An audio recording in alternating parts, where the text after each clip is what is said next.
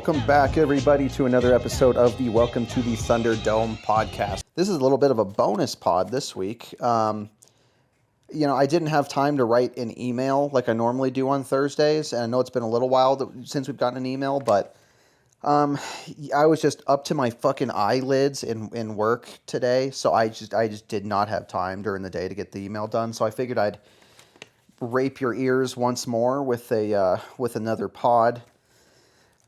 Now, before I get into the football stuff, all of us know that Spotify came out with like their Wrapped here yesterday, and for those that don't know what Spotify Wrapped is what Spotify does is that it takes into account like everything you listen to, the genre of kind of music you listen to, how many times you listen to a specific song, all that good stuff. It takes all that data and then kind of gives you a presentation at the end of the year.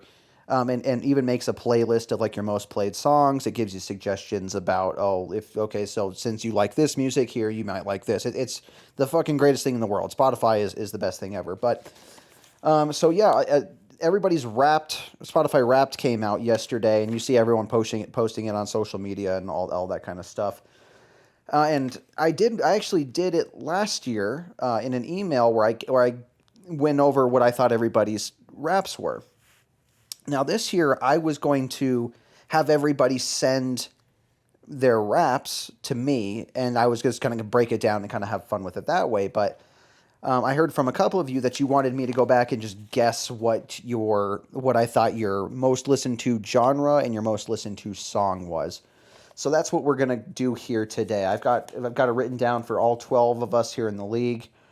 Without further ado, let's go ahead and get started. We'll start with me. Now, my most played genre this year was EDM. I'm no stranger. I like dance music. I kind of like rave music and whatever. But I've never heard of this. I've got two genres for everybody, and I haven't heard of either of these before. My two most listened to genres were Sprinkle Bump and Rave Slut. I don't know what any of those are, but that sounds about right. My most played song of the year was a 13-year-old just offered me something called Boof by Robot Hole. Moving on to Liv. Now, Liv listens to similar music that I do. It's a little bit different. It turns out she listens to something called Blow Jams and City Bop. And her most played song, it's kind of concerning, but her most played song was My Husband is Golfing, Come Over by Hung Like a Horse. I'm going to have to talk to her about that one. Kind of changing pace a little bit, we've got Sam. Now we all know Sam listens to pretty much exclusively hip-hop. But again, I just don't like these genres. I don't know. It seems like every year you learn these new genres, and I guess Sam listened to do do do do do do do and meow. And his number one song of the year was I Killed a Bitch in My Race Car Bed by the Less Than Reputable Characters. Huh.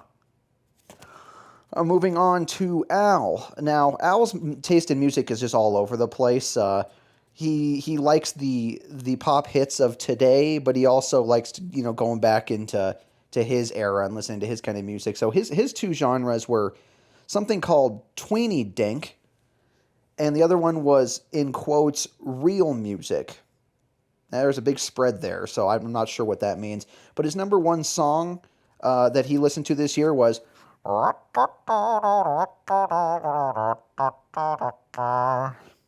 by Johnny Racism. All right, moving on to Ben. Now, Ben's makes sense to me. His two most listened to genres this year were Fucktronica and Haunted Elevator. Again, that makes a whole lot of sense to me. And Ben's most played song of the year was I Swear That Dog Said He Was 18 by War Sausage. Now, Vic, another one that kind of just makes sense to me. His two genres that he listened to this year were cave beats and grunt opera. And the song that he enjoyed most this year was Fuck Everyone Everywhere by Meat Closet. All right, going on to Mr. Matt Morelli. Now, Matt listened to Fisherman Shanties and Puck Drop. Now, those were his two most played genres. And his number one song of the year was I Have a 12 Pounder by the Trouser Trouts. I could see it. Now moving on to Miss Emily. This was an interesting one because I feel like M's taste in music kind of ranges all over the place. The two things I know that she does listen to are screamo and country. Now, country is one of the genres that it shows that she listened to, but it's missing an O, so that's kind of weird. And the other one is prepubescent angst. So there's kind of a big spectrum there. Now, her number one song, her most played song that she listened to this year was I Scream, You Scream, We All Scream for Slavery by Rufus and the Pointy Hoods. Huh. When you look at M, you don't. If you ever see M with her headphones in, I'd be concerned. I'd stay at least 50 feet away from her. Now, Abby. Let's see what Miss Abby was listening to this year. Looks like she was listening to the genres of hootenanny and slave songs. Huh. I mean, I know Abby loves country and listens exclusively to country, but we're getting into some dangerous territory there. Her number one song was Herkadur de Durkadur by Next of Bumpkin. All right, let's see here. Matt Glassmeyer. Now, we all know Matt's taste in music is a little interesting. And according to his Spotify Wrapped, his two most listened to genres were memes and Afghani stomp. And his most listened to song this year was Stomp Clap, Stomp Stomp Clap by Terrorists Rule. That's that past Halloween costume of Osama bin Lincoln is really starting to it's all coming full circle. All right, moving on to Colin. Now, Colin looks like he listens to Bullhorn March and Protestant Jazz. And his most played song of the year was How Fucking Dare You by the Wiggles. Oh. Seems a little extreme for the Wiggles, but maybe they're branching out. And then finally, we have Case. God, it's a long one here for Case. And I just, like I said, it seems like there's just new genres come out all the time. But one of his genres he listened to was Folk Yourself. And the other one is, God, if I'm reading it right, that faint Mexican music you hear in every restaurant kitchen. And his number one song of the year was This Tastes Poor by the Flannel Wagons. Huh. Well, that'll do that. So, like I said, I thought it'd be fun. The Spotify Wrapped is such a cool idea. And since nobody wanted just to send me their actual list, I had to just do my best and guess what it was. So that was all. Those were all real bands, real songs, if you believe it. All right, so enough fucking around. Let's go ahead and just get into football. We're going to go ahead and start with me and Ben. Now, Ben is projected at 135.7 to my lowly 111. I am projected at the lowest score this week. Doesn't really shock me. My team has turned into complete dog shit. But let's see why that is. Now, for Ben, Ben's actually going with Deshaun Watson this week at Houston. He's playing his old team. I'm pretty sure that's the last time he actually played football, was like 2 years ago for Houston before he became like the diddle monster. I think he's had like 700 and something days off of football, but he's getting thrown right in against Houston. He's projected at like 20 something points, 23 points. So they have a lot of faith in him. I'm just a little curious how it's going to be for a guy who's been off so long playing football. But Houston sucks. So if Watson's as good at getting back into football as he is, harassing massage therapists, he'll be doing just fine. Now, Ramondre Stevenson, he's going up tonight against Buffalo. That game's starting about right now. Stevenson's workload should be good all game. I don't, as much as I like Buffalo in this game, I think this game stays close, which means Stevenson should be active the whole time. And the Bills have proven that they're not strong against the run whatsoever, so I don't see that being a problem for Stevenson. Where I'm a little less optimistic is for Tony Pollard against Indianapolis. They're very good against the rush. They've allowed less than 4 yards per carry. I think this feels like a game in which the Cowboys try to beat them in the air. Like that's where they were really good last week was in the air and with CeeDee Lamb and Michael Gallup. I think that's going to be their avenue to success.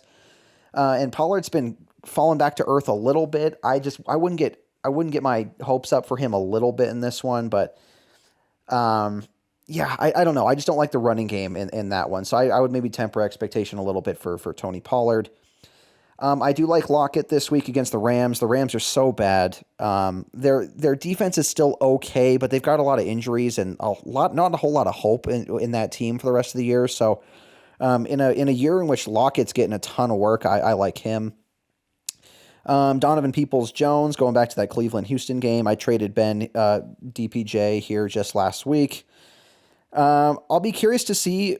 He had been getting a ton of work under Jacoby Brissett. If that continues under Deshaun Watson, then you like Brissett. Houston's been pretty stingy against wide receivers. They're in the top 10, surprisingly, as bad as that team is. But they're limiting receivers, so that's kind of an iffy one. But DPJ he's getting the volume at least, and should be good enough for a decent fantasy day. Kelsey against Cincinnati. That's a little bit tougher matchup on paper, but Kelsey's Kelsey. You like his workload no matter what. He's the prime pass catcher in such a pass-heavy offense. You shouldn't be worried about Kelsey there. Christian McCaffrey, he is questionable. I'm not too worried about that, but I'm a little concerned that Miami has been so good against the rush this year. As many points as they're giving up, it's all in the air. They're good in the rush, and San Francisco have the offensive weapons in the passing game, where I think that's where they're going to lean. So, whereas I think McCaffrey's going to be okay, I'm not in love for him to have a huge game, which for me as Ben's opponent would be good, would be cool.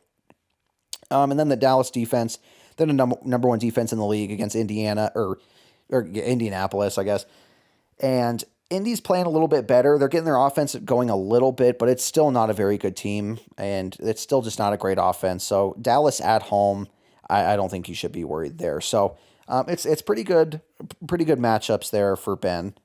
But as for me, I had some buys this week. Kyler Murray, who I just got, he's on buy, so I'm going with Mike White. He was insane last week in his season debut since Zach Wilson got the boot. And I'm really hoping that he can be like even just a little bit as good as he was last week. He's playing Minnesota, who have been struggling in the secondary. The Jets are starting to pass the ball more and more. It's not my favorite play, but I didn't really have a fucking choice. The waiver wire is just brutal. So I'm taking a shot at Mike White. We'll see what happens. Alvin Kamara, he's been just kind of lackluster here lately. He's gotten 9, 7, and 7 in 3 of his last 4 games. Tampa Bay, where they used to have a really good rush defense, but it's been kind of softened up this year, especially as of late. So if they start using Kamara and like just having the game flow through him, I like at least his volume enough to be a decent day. Antonio Gibson, I just acquired him in a trade with Case, and he gets a Giants team that is very poor against the rush and just in general. He was dealing with a little bit of a foot injury, but I think he's okay. I hope he's okay. If he is, he's getting. I know he's ceded work to Brian Robinson, but he's still getting the meaningful workload. He's still getting the red zone workload. He's still the more active of the two in the passing game. As long as he's healthy, which I really hope he is, I like Gibson in that one. I have got both Debo and newly acquired Brandon Ayuk going against Miami. I love both of these guys. I said, just a second ago that I think San Francisco is going to be throwing the ball in this game. That's how you beat Miami, is in the air. And I like the idea of having two guys in a pretty pass-heavy offense, especially Ayuk, who's been the better of the two wide receivers this year. So whether they use Debo or Ayuk, that's fine with me as long as they hurl the ball. So it's a good matchup there for both my San Fran guys. Foster Moreau, who I also just grabbed from KC, he's been decent. He's filled in well for Darren Waller while he's been on the IR. He's been scoring touchdowns. The Chargers are terrible defensively. It's probably going to be a touchdown-dependent day for him, but he's got 2 touchdowns in his last 3 games. So if I can get around 10 points for him in my tight end spot, I would take that all day long. Isaiah Pacheco has got a tougher matchup right now. He's playing a pretty stout Cincinnati defense, especially a rush defense. In Cincinnati, they're going to be fired up to play the Chiefs. This one worries me a little bit because the Chiefs are probably going to throw the ball just like they do always. They're not known for the running game. Pacheco has been good, and he's kind of been like the breakout rookie guy for them. And if they can get near the red zone, they can maybe try to rush the ball. But Cincinnati did a really good job at keeping Derrick Henry at bay last week, so I'm not real hopeful for Pacheco, but you never know.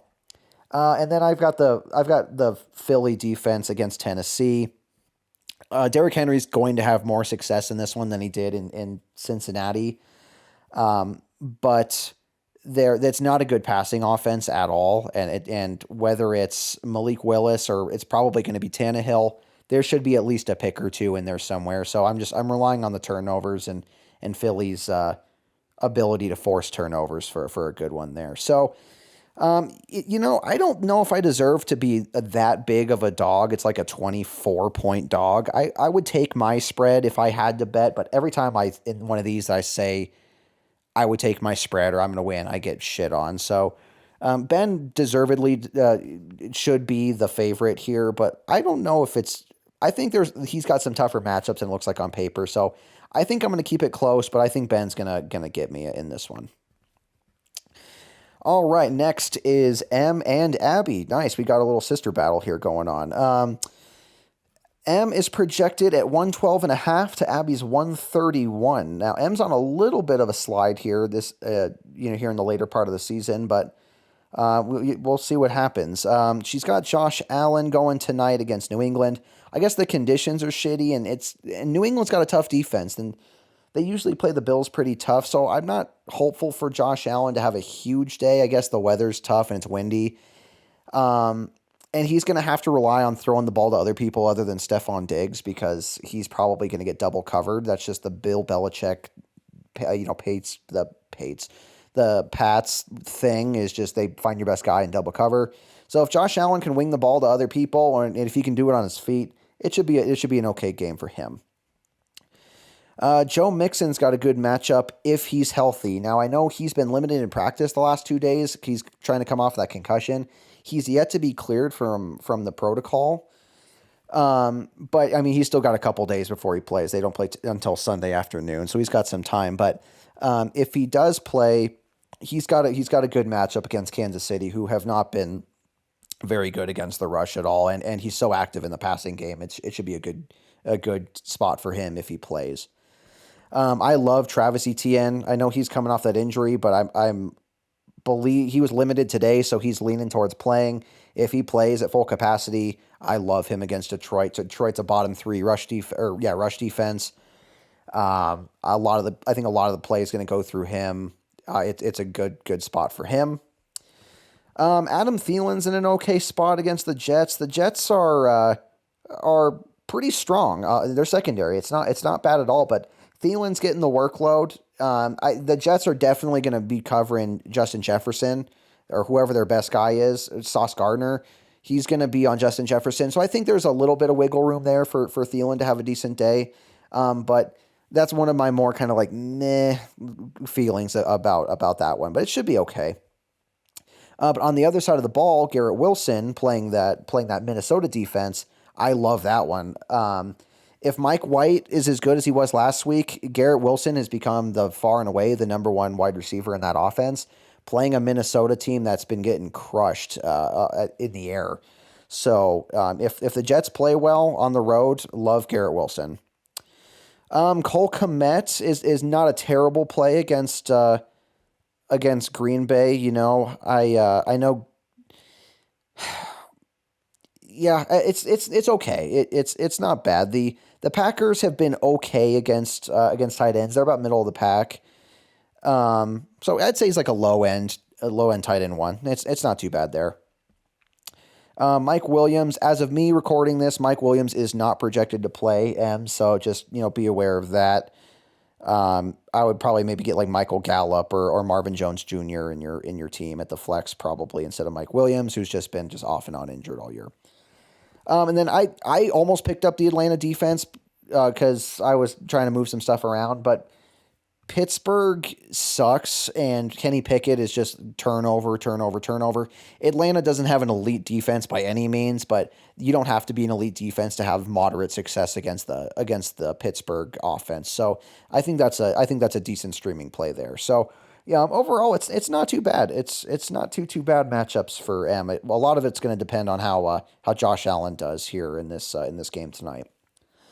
As for Abby, she has got number one wide receiver, not wide receiver, number one quarterback in the league, rather, in fantasy, Patrick Mahomes going against Cincinnati. Now, the Bengals have been very good against opposing quarterbacks. They've allowed just 12 and a half or something, 12.75, something like that, fantasy points to opposing quarterbacks. So they've been among the elite, but this is kind of an exception to that with Mahomes.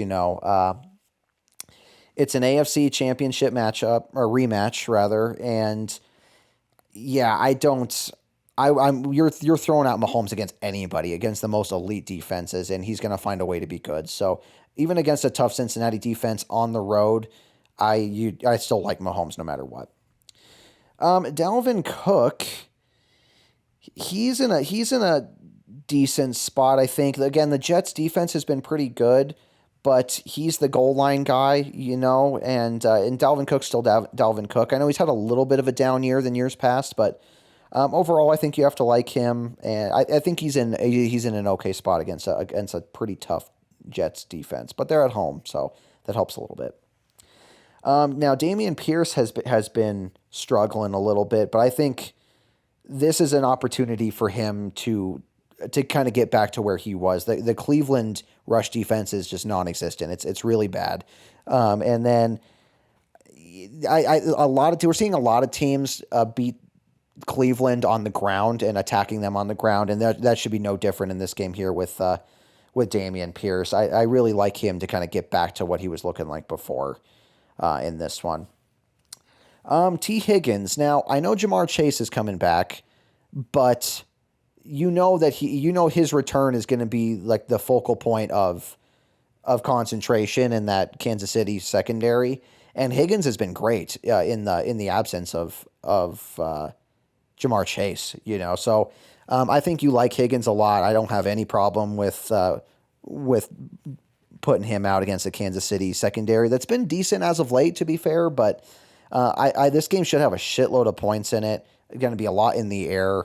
I think T. Higgins gets plenty of work even with Jamar Chase being back. Amari Cooper. Now, I don't love this spot for him because A, it's on the road, and Amari Cooper's road home splits are just wild. And B, the Houston secondary has been good against wide receivers. But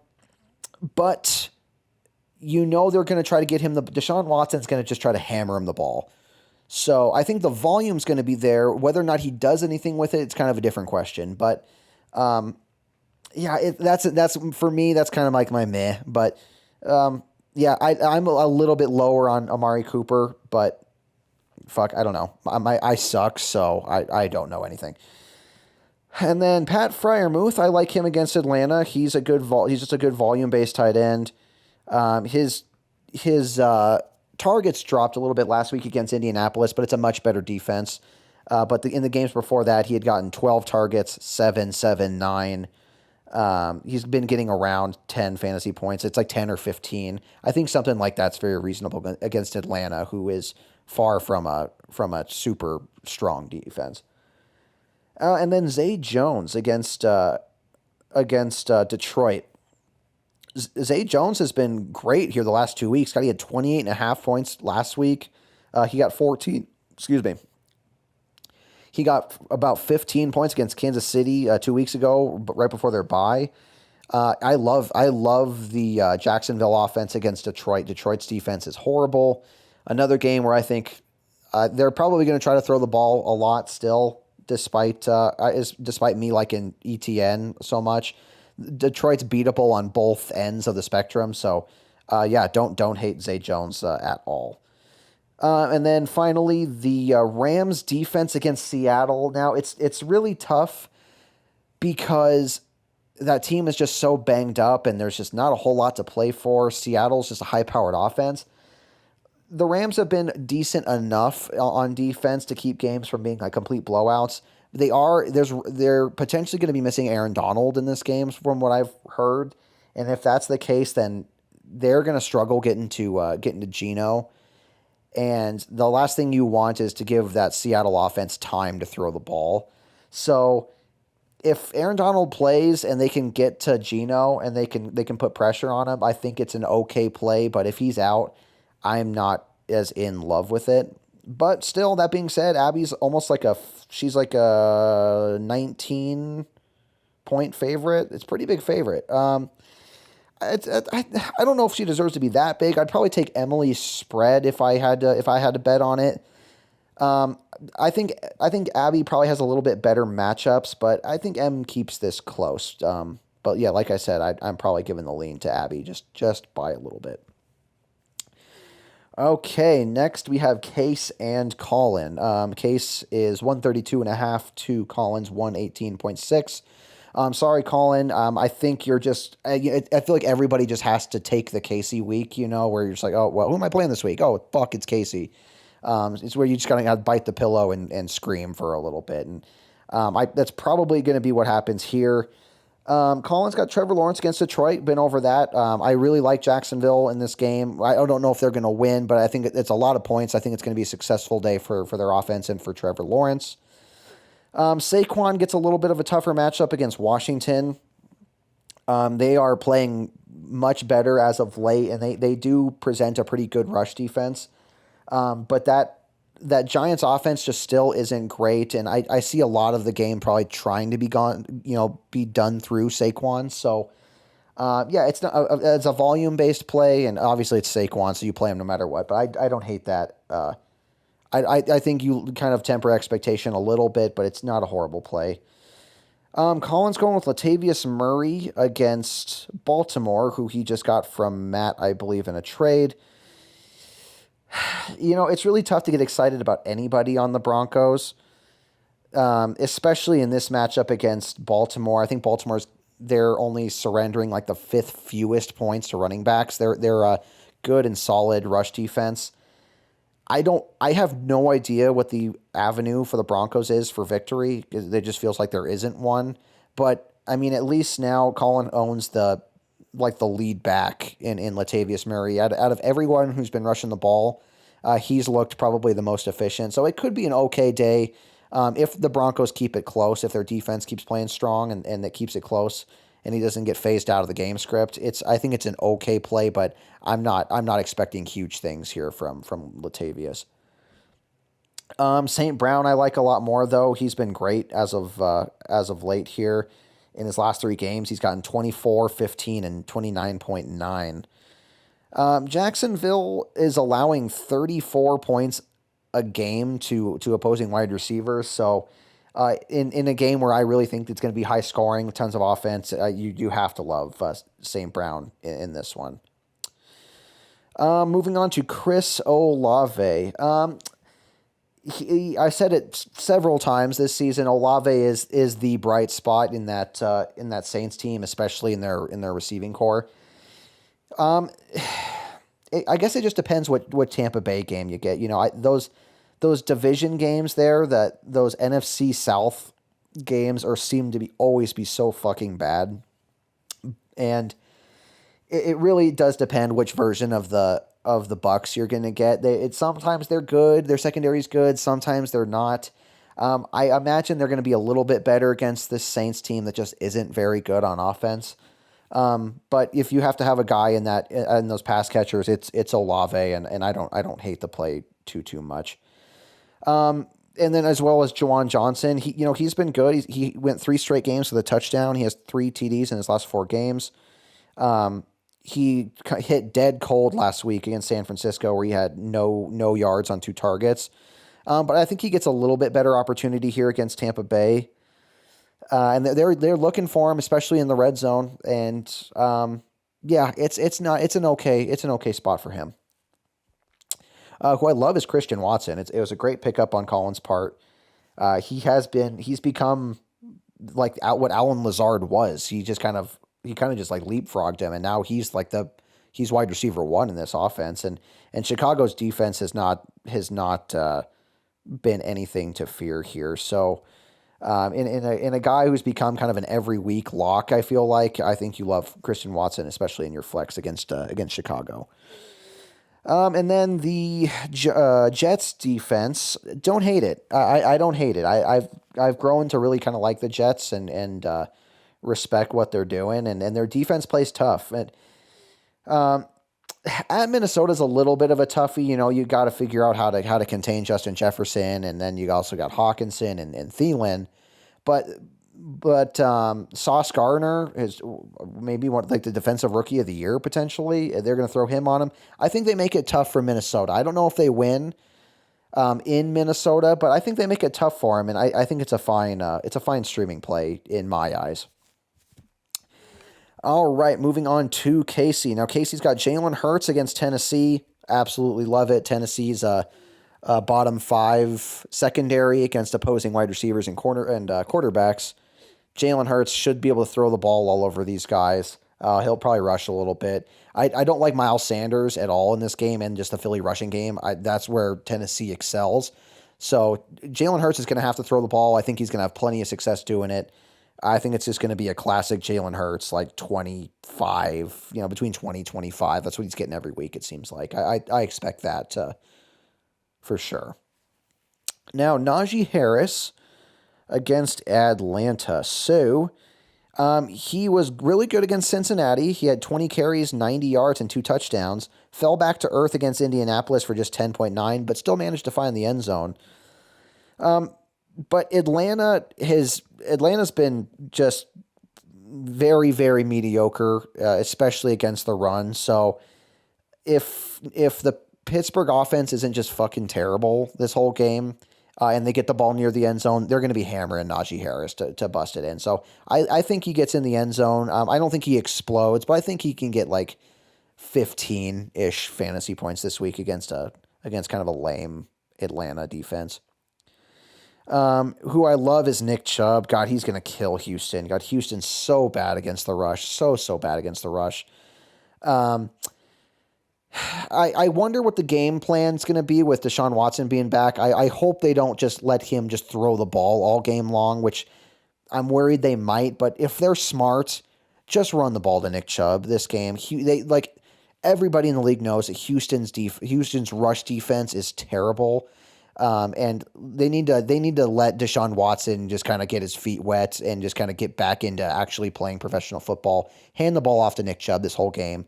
Let him get in the end zone. I think this could be easily like a 100-yard game for Nick Chubb. I expect a touchdown. If I'm Case, I'm looking forward to that one specifically. Now, as of me recording this, Stephon Diggs has 1 catch for 19 yards, 2.9. You love Diggs no matter the matchup. It's just because it is who he is and the Buffalo offense and all. I was a little skeptical on this one, going back to what I said about Belichick's defensive strategy of double covering the best player on the other team. He still does that. He's done that forever. They were always going to do that to Diggs. He's probably going to need a touchdown in this game to salvage his day. He's just, like I said, he's just got the 1 catch, but I guess I can't really say much. We'll see what happens, but I was always kind of just like I'm not in love with him. It's hard not to love him every week, but this is one of the ones. So I think you need to, don't not get your hopes up. I feel kind of the same with Waddle too. San Fran is playing really tough, and they're tough at home. I actually like San Francisco in this game, and I think Waddle's going to find it tough to have a huge day, especially with Tyreek Hill. I think this is a situation in which Tyreek Hill is going to probably try to get more of the ball because Miami's going to find themselves trying to get back into that game. So it's not my favorite spot in the world for Waddle, but it's such a high-powered passing offense that I think volume-based, it's probably going to be okay. Dalton Schultz, I hope Case puts him to good use because I just traded him to him. And he's got Indianapolis and Sunday Night Football this week. The Colts are giving up like 12 fantasy points a game to tight ends. So if Schultz keeps being used in the way he's being used, he had 2 touchdowns on Thanksgiving. He's pretty much their biggest aerial red zone threat. So if Dallas passes the ball, which I really think they will because they need to beat the Colts, it's a great spot for Dalton Schultz. So you're welcome, Case. Pittman, I am less enthused about just because he's gonna get the Trayvon Diggs shadow that whole game, and Dallas is only allowing this. They're allowing like the 7th fewest fantasy points to wide receivers. So I think Colts struggle in the air on this one. They probably are going to go through a lot through Jonathan Taylor. So maybe not so not getting my hopes up on Michael Pittman.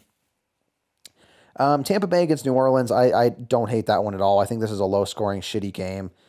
Tampa Bay's been okay. They've only gotten past 10 fantasy points twice this year, and it was in the first 2 games. But I think they do enough in this game to finish with like 8, 9, or 10 fantasy points. That Saints offense just isn't very good. I think if they can keep Alvin Kamara figured out, which they could, it's an okay rush defense. It's not great, but that's going to be like I think the thing where it's going to keep them from, or it's going to let them get a decent fantasy day. So okay there. Overall, yeah, Casey probably deserves to be the favorite for sure. Like I said, I'm not sold on all these huge spreads. Colin's like a 12-point spread. He has some decent matchups. I think Trevor Lawrence and St. Brown are good ones, but it's really tough to argue against Casey being just like the fucking monster favorite every week. His team's insane. He's 10-2. Yeah, sorry, Colin. I think you're probably going to get the wrath this week, but maybe you'll keep it close. If you keep it close against Casey and you lose, it's almost a win. So there you go. Okay, now moving on to Liv and Sam. Liv is projected at 109.4 to Sam's 126.4, so another pretty big spread there. Liv's got Herbert going against Las Vegas, and I think that's great. The Vegas secondary's given up the 3rd or 4th most. I think it's, let me see actually. The 3rd most fantasy points to opposing quarterbacks. Not a scary defense at all. I know they're in Vegas and it's a division game, so they're going to be fired up, but I think you like Herbert in this game. I'll be curious to see who's healthy in that Chargers offense. It's been a storyline all year is that those pass catchers just can't stay healthy. But if they can get the bodies out there to catch the balls, it should be just a fine day for Herbert. Derrick Henry against Philly. Now it's another tough one for him. I know he was kind of shut down last week. He had just 14.7 against Cincinnati, and playing in Philly is going to be tough.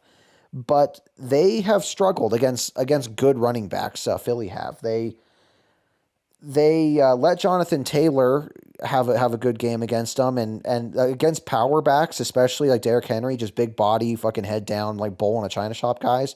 They've struggled, and I don't think it's a game in which you think Derrick Henry's going to get like 25, but I think he could get between 15 and 20 points. I think around 20 is what I would expect. I think he's going to have a little bit more success in that one. I did not like Singletary this week, and Singletary's tough because he's just not like that dominant of a running back, especially in a pass heavy offense. That doesn't help either. But he's not the craziest of efficient running backs, and New England sports like the 2nd best rush defense in the league, so that was always going to be tough. So he's just got 4 yards right now. It's 3-7 New England. And it's in a game, especially if the Bills are going to be trailing, I just don't see where Singletary is going to play that much of a role. CeeDee Lamb on Sunday night against Indianapolis. I guess the Colts are allowing the fewest points to wide receivers in the league. So that's something I didn't know. So yeah, maybe, I don't know. You still have to like CeeDee Lamb. It's a Stephon Diggs situation, right? It's just like they're going to have to throw the ball. And Lamb was great on Thanksgiving too. He made a ton of flashy plays, he's good on deep balls. So yeah, maybe just temper expectations just a little bit, but overall, I think you like Lamb at home, especially Dallas at home is tough. So a little bit of a toughie there, I guess, but overall, I think it's okay. Metcalf against the Rams, I think is not a bad play at all. The Rams are like middle of the pack in allowing fantasy points to receivers. I think they're like 13th or 14th. They probably are going to try to throw the ball. If Aaron Donald plays, especially, they're definitely going to throw the ball. But if he doesn't, then it might become a little bit more rush heavy. But I think no matter what, I think Metcalf's a good play against the Rams. George Kittle against Miami. He's got one of the best tight end matchups of the week for sure. And Miami gives up a ton of points to the tight end position. Their secondary in general just gives up a shitload of air yards.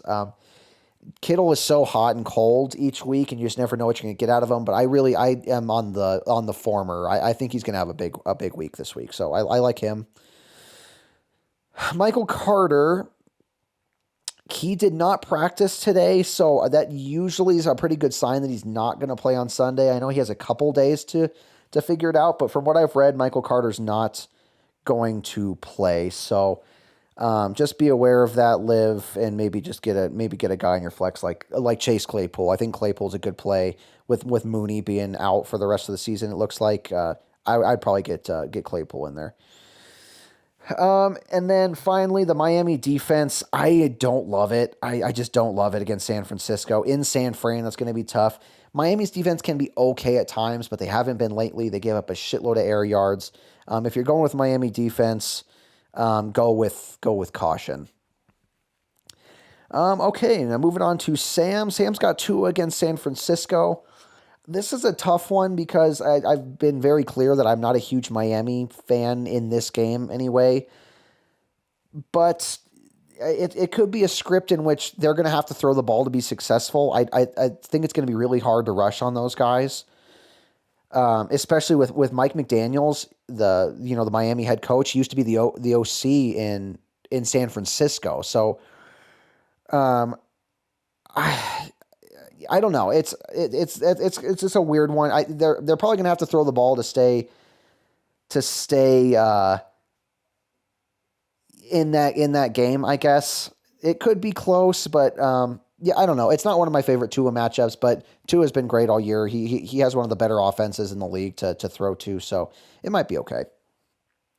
I love David Montgomery in this game. I haven't said that very often this season, but I really do like Montgomery against a weak great Green Bay rush defense, especially if Fields is still dealing with that shoulder injury. I think they're probably going to start relying on the run a little bit more than they had lately, which is going to be good for Montgomery, who's still getting uncontested touches. So, yeah, I actually like Montgomery in this one.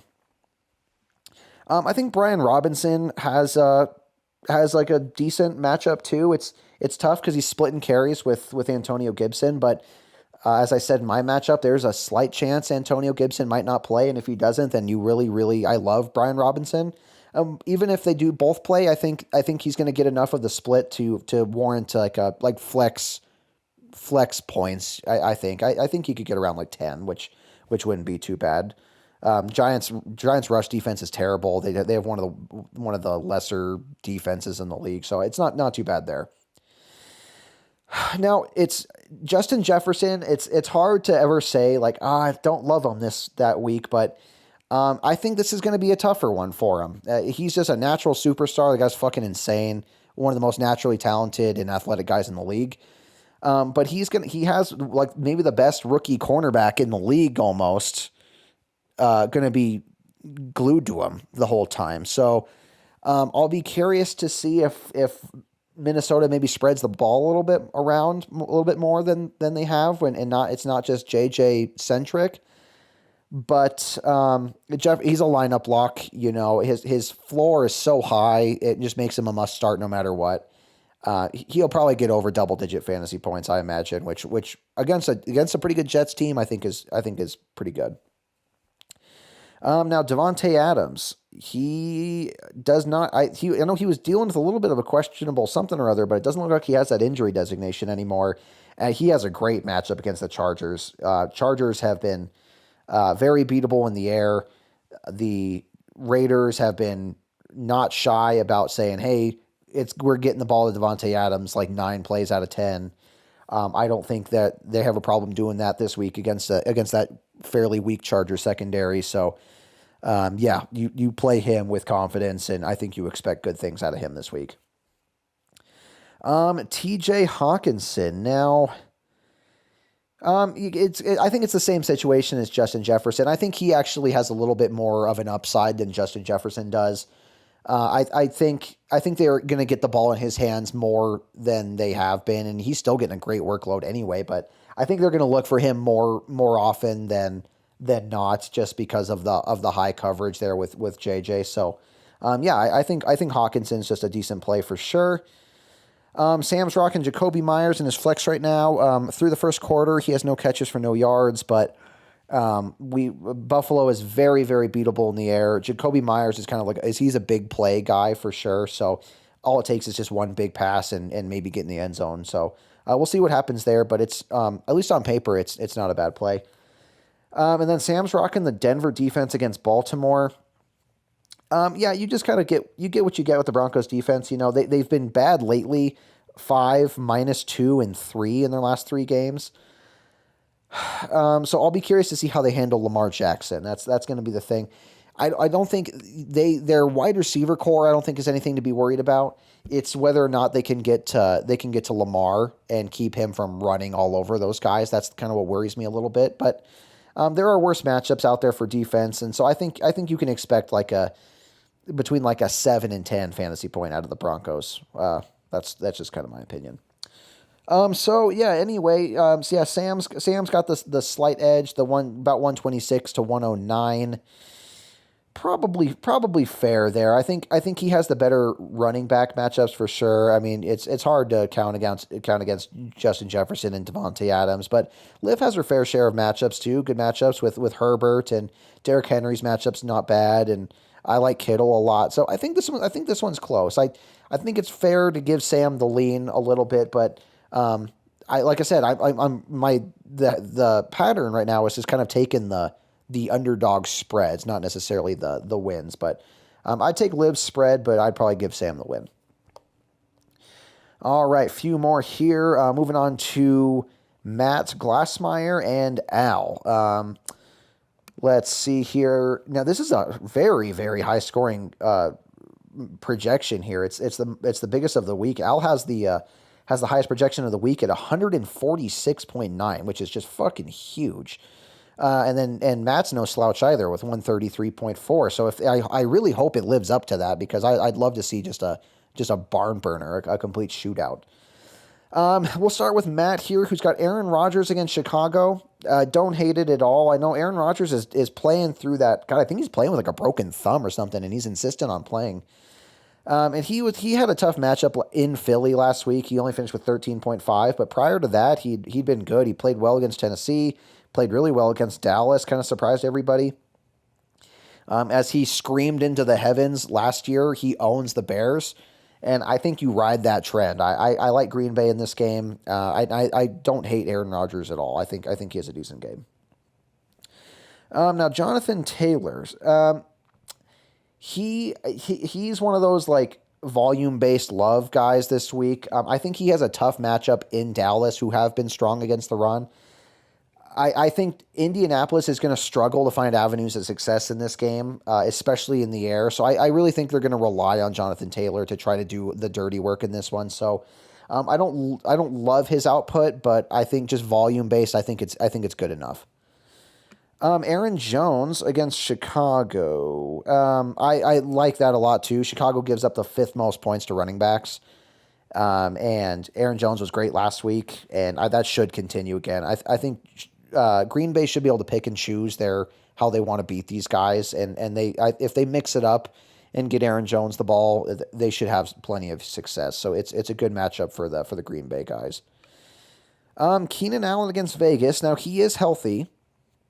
And if it sounds like Mike Williams is going to be out, then you really like Keenan Allen. He should be the main guy who's going to get the ball in this Chargers offense. And Vegas is very, very beatable in the air. So he's an automatic wide receiver 1, automatic start. I think you don't worry about him at all. Christian Kirk has a great opportunity to kind of get back on track in this game. Right before their bye week in week 11, he had 21.6 and 33.5. That game off the bye last week against Baltimore, he was kind of kept in check to 8.1. He should get right back on track in this game against Detroit and that horrible, non-existent secondary coverage. So yeah, it's a great spot for Christian Kirk if they mix it up and throw the ball, which I think they should. Hayden Hurst against Kansas City. They've been respectable against tight ends. I don't. It's not like a glowing game for or a glowing prediction for Hayden Hurst, but I think he's right there in that mix of somewhere around 10 fantasy points. I think that's reasonable. It's no we all know that Cincinnati just loves to throw the ball. In that deeper coverage, Kansas City's okay. So there might be some avenues there for Hayden Hurst, but yeah, I just kind of maybe keep expectations low for that one. He's got like an okay matchup. Kenneth Walker. Now, Kenneth Walker's kind of come back to earth here in like the last 3 or 4 weeks. In his last three of his last 4 games, it's been 12, 13, and 16, which isn't bad by any means, but I mean, he had some weeks there where he was getting like 30, 33, 20. So he's kind of becoming touchdown dependent a little bit.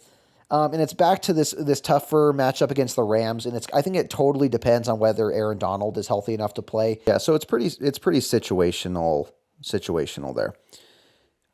Going to the Baltimore defense, I think you love them. I think you absolutely love the Baltimore defense. They're playing the Broncos, who are just like an absolute shit stain of an offense, just embarrassing. They put up the least amount of points in the league. Yeah, I don't. You could stream anybody against the Broncos and feel great about it. So, and plus Baltimore is great too. They're ranked 6th in fantasy. They've gotten 12 and 19 in 2 of their last 3 games. So yeah, I think you start them and you absolutely love what happens because there's no way the Broncos beat those guys. So overall, it's a good matchup it's good matchups for Matt overall, really. Moving on to Al. Now Al's got a Lamar Jackson, which is kind of a tricky one, I guess, because Baltimore isn't probably going to be taking any like deep shots downfield. They don't do that really anyway, but it's going to be tough to do that against the Broncos, who kind of pride themselves on their secondary. It's the only good part of that whole fucking team.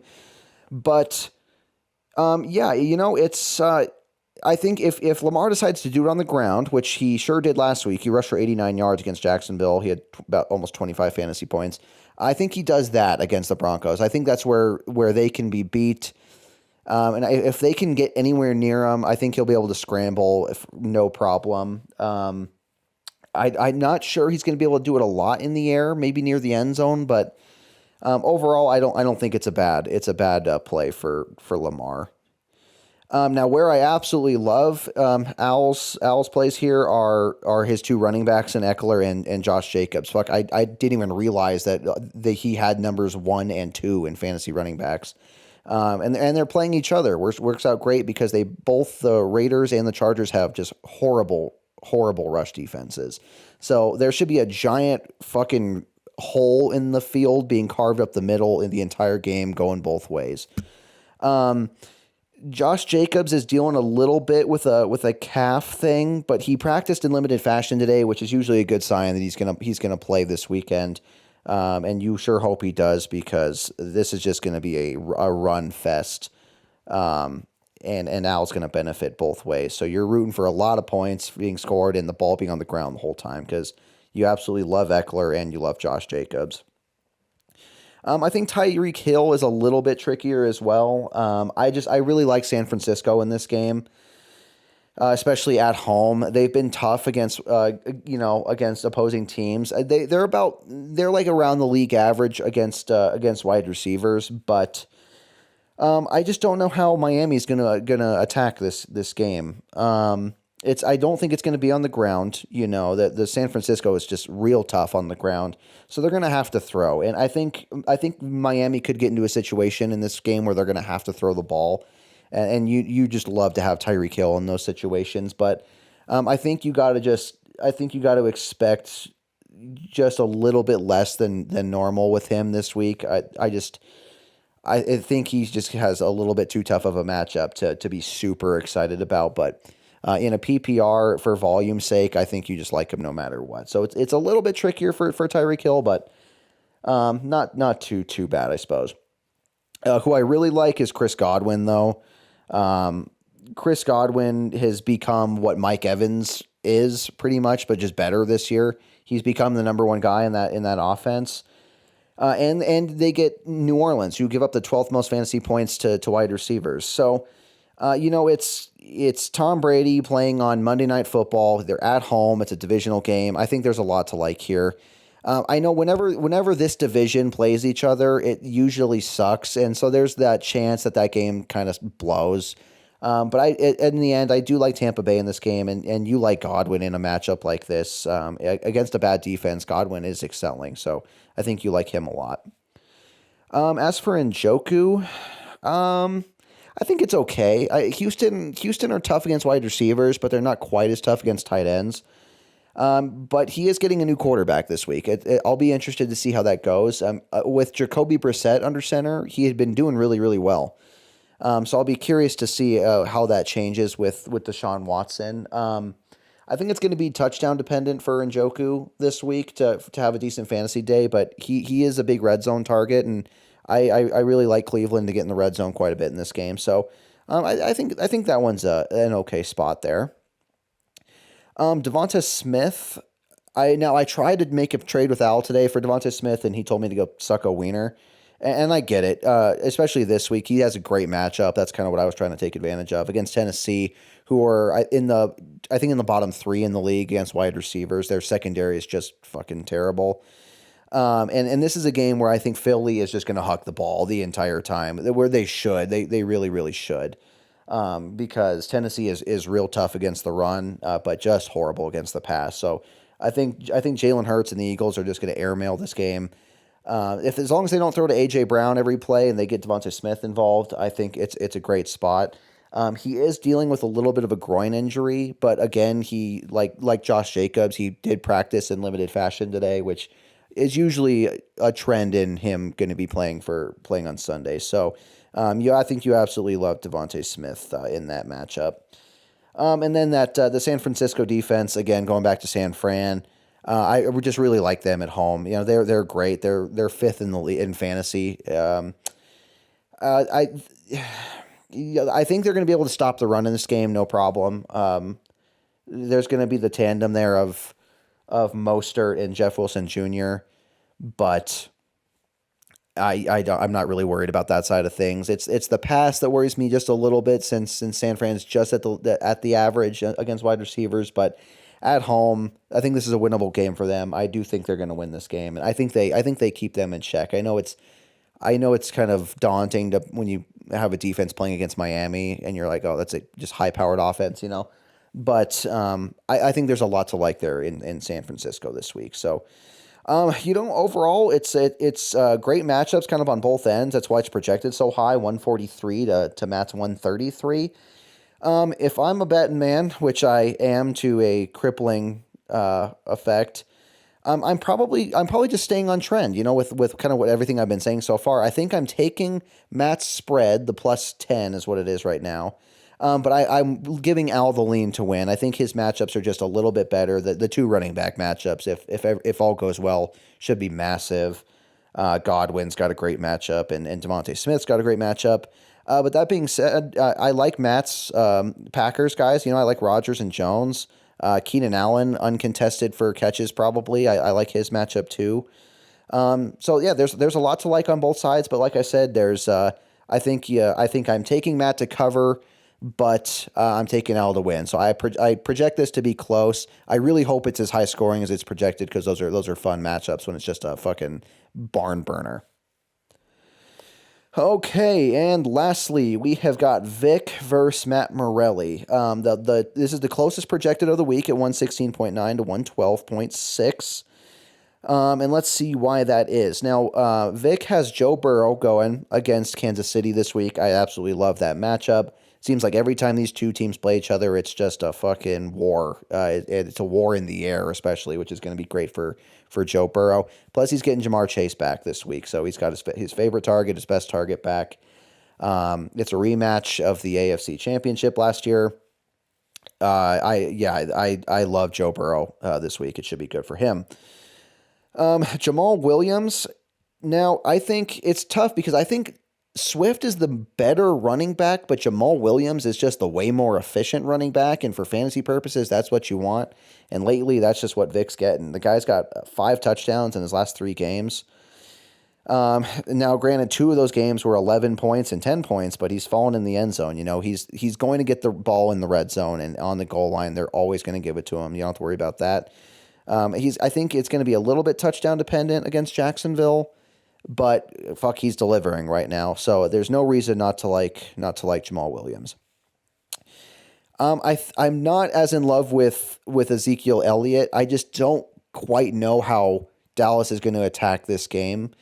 Because Indianapolis, as bad as that team is, their defense is great on both sides of, in the air and on the ground. I don't see Dallas having a lot of success on the ground, and I just don't like I said, I don't know how they're going to attack this game. Are they going to ride the hot hand because Zeke was really good on Thanksgiving, or are they going to go with Pollard because he's just probably the better of the two? Is there going to be some sort of a split? Are they going to abandon the running game in general? I just don't know. This is a tough one. But that being said, the Colts give up the fewest amount of yards to wide receivers in the entire league. So I don't know where Dallas is, how they're going to attack this game. And that game could suck too, realistically. Like that could be really low scoring. I think that game being in Dallas helps their cause a little bit, but to get back to my original point, I'm not in love with Zeke or just that ground game in general against a pretty tough Colts rush defense. I do love Terry McLaurin though. He's been great all year. He's been a little bit lackluster in his last 2 games. He should have been better against Atlanta. He had a tough matchup against that pretty stingy Houston secondary. But he gets an upgrade this week, definitely against a bad Giants defense.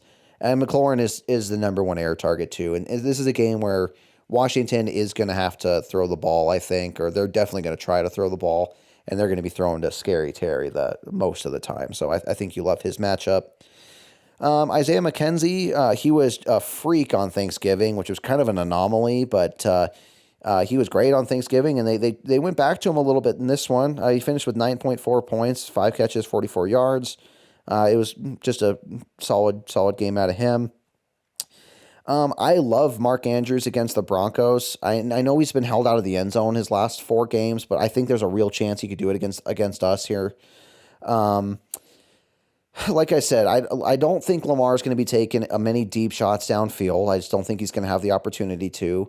And he's going to have to pass the ball, especially if we can get to him. If he doesn't run the ball every play, he's going to be dumping off to Mark Andrews. So I like the potential game script of Andrews getting the ball quite a bit. So I think you really like him, and I'm going to take a shot at him getting a touchdown against us. I think that's a very realistic possibility. You love Allen Lazard too. Going back to Green Bay, I like most of the Green Bay pass catchers. I know Lazard has been kind of taking a back seat to Christian Watson, who's come out of nowhere and fucking scored like more touchdowns than any rookie in the year. Despite only really playing like 4 games. But I still think Rodgers loves Lazard and is going to use him kind of as a go-to. Especially if more of the focus is now probably going to be on Christian Watson since his just emergence. But yeah, I think you like Lazard. I really like the Packers in this game, and I would expect a decent day out of him. And then that Buffalo defense, it only got 7 points, but it was good and solid. They didn't force any turnovers, but they only allowed 10 points in New England, which is very much a win, I think. And good and solid there. All right, and finally we get to Mr. Matt Morelli. And just bear with me, Matt. You're not going to like the first few things I have to say, but then it does get better. We're starting with Justin Fields. I just don't love him this week. I talked about how I really like Green Bay. But it's the non-throwing shoulder injury worries me a little bit. I think that's going to eat into his rushing ability. That's where Fields has been getting so much of his fantasy points is with his feet. I think they're going to limit him from running the ball as much as he had been because they just don't want him to get hit and have that shoulder just literally explode. It's already pretty fucked up. So I just don't love that for him. I think he's going to be okay in this game. Green Bay's a beatable defense. But historically, the Green Bay just dominates the Bears, and it's very important to Aaron Rodgers that he beats Chicago. So, to play devil's advocate, I think the game script will favor Fields in that aspect where he's going to have to throw the ball, and I think he'll have some success in this game, sure, but I think you just can't expect, like the 30, 40, 50 fantasy points that he's been getting before his shoulder exploded. Like I said, I think that's going to eat into his dual threat ability there. I don't love Miles Sanders at all in this game. I really think Philly's just going to throw the ball. Tennessee has a pretty stout rush defense, and that's just not their path to success in that game. I think he could score. I think Philly's going to get in the red zone plenty in this game, and if they get it if they get it on the goal line or close in the red zone, of course they're going to try to get Miles Sanders the ball and get him to bust in. But I wouldn't bet on that. I wouldn't put a whole lot of faith in that. I really, really see Hurts and the Eagles just hucking the ball this game and taking advantage of that horrible Tennessee secondary. So, kind of 0 for 2 to start, and then Kyren Williams kind of in the same boat. That's kind of a weird one because the Rams are trash and their running game is trash, but they also don't have anybody to throw the ball or to throw the ball to. They're not going to have Stafford. Cooper Kupp's out. Allen Robinson's now out. So who the fuck are they going to throw the ball to? They have like Ben Skoranek and Van Jefferson. It's not exactly not like the A team, So they very well could, adopt the running game, but they're going to have to keep it close in order for that to happen, which I'm not sure they're going to do against Seattle. With just the lack of options that the Rams have, Seattle shouldn't have a whole lot of problems shutting them down. And I could see a situation in which they get ahead. So, get ahead big, really. So, I just don't see where the points are going to come from in this Rams team that just got decimated by injuries, and they're just so bad now. I get it. You got to pick up a guy who's projected at like 11 points and could see more of the carries over Cam Akers that they've kind of ostracized since the start of the season. But I wouldn't be super, super excited for that one. But now here's where we get into the good stuff. It's Ja'Marr Chase and AJ Brown. I think you got to love both of those guys. If you remember from last year, Ja'Marr Chase had like the best rookie wide receiver day of all time in NFL history, and it was against the Chiefs. It was when he had like 3 touchdowns and like 300 yards, whatever it was. It was like a fucking insane day. He's obviously not going to have that kind of day coming off his first game back after injury, and the Chiefs have been okay secondary, but still, he's proven that he can just work the Chiefs. This is a game I like Cincinnati. I think they give the Chiefs a tough battle. I think there's 100,000 points in this game, and Ja'Marr Chase is going to get the target share. Joe Burrow is going to just pepper him with targets to just kind of get him back into the flow of things. So you absolutely love Ja'Marr Chase in this game, and the same goes for AJ Brown too. Like I said, that Tennessee secondary, which is just fucking so bad. AJ Brown's the number one target. I think you can expect a big game out of him. I don't see where they're gonna stop him. And especially if Devontae Adams is going to be, or not, I'm sorry, not Devontae Adams, Devonta Smith, rather, if he's going to be dealing with that groin injury a little bit, then they may be looking AJ Brown's way more often than not. So you love both your wide receiver matchups there for sure. Unfortunate for Dawson Knox, who didn't play any part in this game. He had no catches, no yards, no points, no hope. Just kind of a bummer there. Juju Smith-Schuster is kind of a tricky one. Cincinnati has been playing tough. Their secondary has been playing tough. But I'm assuming it's going to be Eli Apple who's going to get Juju Smith-Schuster, and Eli Apple blows. So, there's definitely some upside there. It's just tough because in that Kansas City offense, when it comes down to it, they throw to Travis Kelce like 90% of the time. So it's kind of tough to own another pass catcher, but Juju's probably the one that you want. Mecole Hardman went down on the IR, and then the only other real wide receiver they have is Valdez Scantling. So, when it comes down to it, I mean, Juju's probably going to get more of the looks. I just wonder how tough Cincinnati's going to play these guys. But at the end of the day, it's Mahomes. He's going to make it work. He's going to throw the ball fucking 40 times. They're not going to run the ball very much in this game, I don't think. Cincinnati has like the 9th best rush defense in the league. But they are still pretty good as their secondary. So kind of a tough one here for Juju. I think it's going to be a total boom or bust, or like a hit or miss. He might only get like 4 or 5 catches for 30 yards, or he could get in the end zone. You're definitely hoping for a touchdown. I think that's what it's going to take for him to have a decent fantasy day. And finally, it's the Cleveland defense against Houston. I love this play. You can stream anybody against Houston. It's just like streaming anyone against the Broncos. You can pick anybody against Houston, and it's going to be fine. It's always a situation in which Houston gets down huge. I think the only thing you have to be worried about is if the game stays close and they use Dameon Pierce. Cleveland has a bad rush defense and have gotten chewed up, and which it will give Dameon Pierce a chance to shine in this game.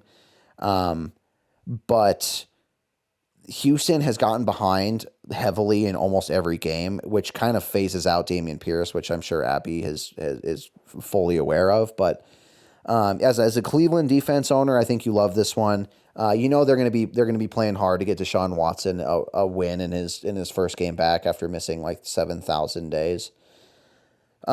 So yeah, I think that's just that's a fine streaming option there. So this is a close one to predict because because they have it at 117 to 112.